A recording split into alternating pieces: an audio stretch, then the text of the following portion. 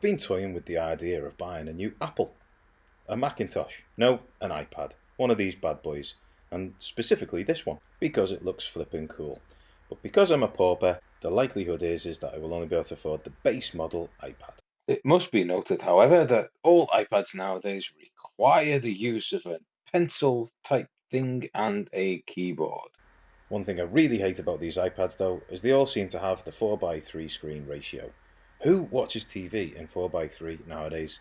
I am, however, inclined to agree with the very few people who say that reading in 4:3 and web browsing in 4:3 is probably a tiny weeny little bit better and represents about 2% of what I would probably ever use an iPad for. One thing I cannot forgive about the cheaper iPad though is the insistence of using a lightning cable on it. Who uses a lightning cable in 2021? It's ridiculous. It's 2011 technology, for crying out loud. Everything should be on USB-C at this point in time.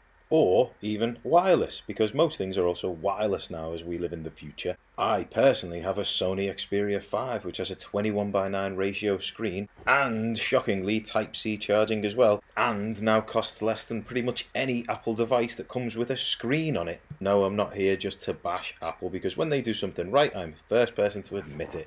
So I've got a 15-inch MacBook Pro, which I flippin' love, mostly because it has Type-C charging and ports. It gets the job done, doesn't it, mate? Why? And back to the original conversation of iPads. The one I'd really like is the iPad Air, the one with the nice square edges and the new design language that Apple have brought out. And so let's compare some prices on the cheapest possible 8th gen iPad that comes with the lightning cable. Yep, I'm okay with it, don't worry, I'm okay. So first, let's have a look and see what Apple want to charge from their store, and then we'll have a look at CEX, WeBuy.com.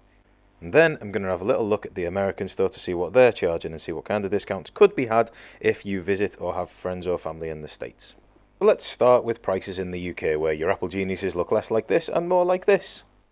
8th gen 32GB iPad starts at £329, the keyboard is £159 and the pencil is £89, adding up to £577 UK pounds. At CEX, WeBuy.com, with a combination of used B-rated products, we have a total of £418.90. Whereas back in America, what we have is exactly the same product for $329 instead of pounds, the total kit adding up to $587. And then when you add the 7.75% Californian sales tax and then convert that over to GBP, thanks American taxing system, £447.13.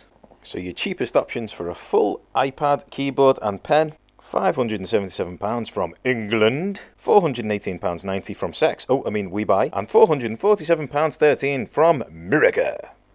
So what about the super colourful and desirable iPad Air set, including the Magic Keyboard and the 2nd gen pencil? Prepare yourself, this is apt to make your eyes water. $579 for the iPad, $119 for the pencil, $279 for the keyboard, and that adds up to a £977 sterling price tag. What about at CEX? WeBuy.com. Well, B-grade products from CEX are £750.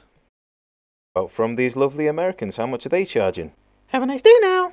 Well, the iPad is $599, pencil is $129, and the keyboard $299. Then add the 7.75% California tax, thanks American taxing system. Then convert dollars to GBP, and what we get is quite a reasonable by comparison, $78229. What are my final thoughts on this matter? Well, 78229, because America does it better, does seem like the best option of all three, and the Air is probably the best iPad of them all. But it's really just a flippin' netbook, isn't it? A netbook that has already been available in the past for much less money. And when it comes to productivity, and when you think that an iPad still can't do some of the productivity tasks that the ebook could do 10 or 15 years ago, the iPad still is basically just a big glorified iPod. But now it comes with a lovely pencil, and that is pretty much the only thing that it does better. Hang on a second. Did Apple just hold technology back by 15 years by killing netbooks? And then they've convinced us to buy back a kind of netbook, but comes with a pencil, a stylus. Here's my final thoughts on that matter. Who on earth would want a stylus? Yuck!